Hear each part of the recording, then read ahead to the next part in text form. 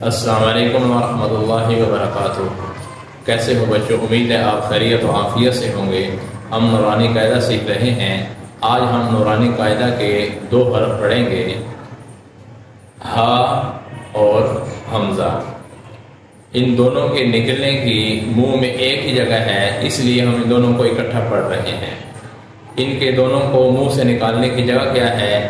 یہ اس ہمارے حلق کا، گلے کا بالکل اینڈ والا حصہ ہے۔ اس گلے کے 3 حصے ہیں، سب سے اوپر ٹاپ والا، پھر درمیان والا، پھر اینڈ والا۔ جو اینڈ والا حصہ ہے، یہاں سے ان دونوں حرفوں کی آواز نکلتی ہے، ہا اور حمزہ کی۔ اس ہا کو نکالتے وقت اس کی صفت یہ ادا کریں گے کہ اس کی آواز میں بھاری پن ہوگا۔ آپ آواز سن رہے ہوں گے، ہا، یعنی اس کی آواز سینے سے بھاری ہو کے اٹھے گی۔ اس ہا کی آواز کیونکہ اس ہا سے بھی ملتی ہے، اس لیے ہم نے اس کو ساتھ رکھا ہوا ہے کہ اس کا فرق بھی ہم یہاں پر دیکھ لیں کہ جب اس ہا کو پڑھیں گے اس وقت آواز میں بھاری پن نہیں ہوگا، بلکہ آواز سانس کی طرح نکالی جاتی ہے، ہا۔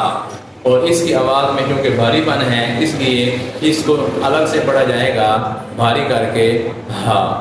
اور حمزہ کی آواز، حمزہ کی اصل آواز، حمزہ اس حرف کا نام ہے، اس کی اصل آواز تب معلوم ہوتی ہے جب اس پر زبر زیر پیش پڑھیں، اس کو کسی حرف کے ساتھ ملا کر پڑھیں، اس پر زبر پڑھیں، زیر پیش پڑھیں تو اس کی آواز ہوگی آ ای او۔ اسی طرح سورۃ فاتحہ کے اندر ہم لفظ پڑھتے ہیں انعمتا، اس کے شروع میں حمزہ ہی ہے، یہ اس کی آواز ہے، اور اس کی صفت یہ ہے کہ اس کو نکالتے وقت اس کی آواز میں شدت ہوگی، نرمی نہیں ہوگی۔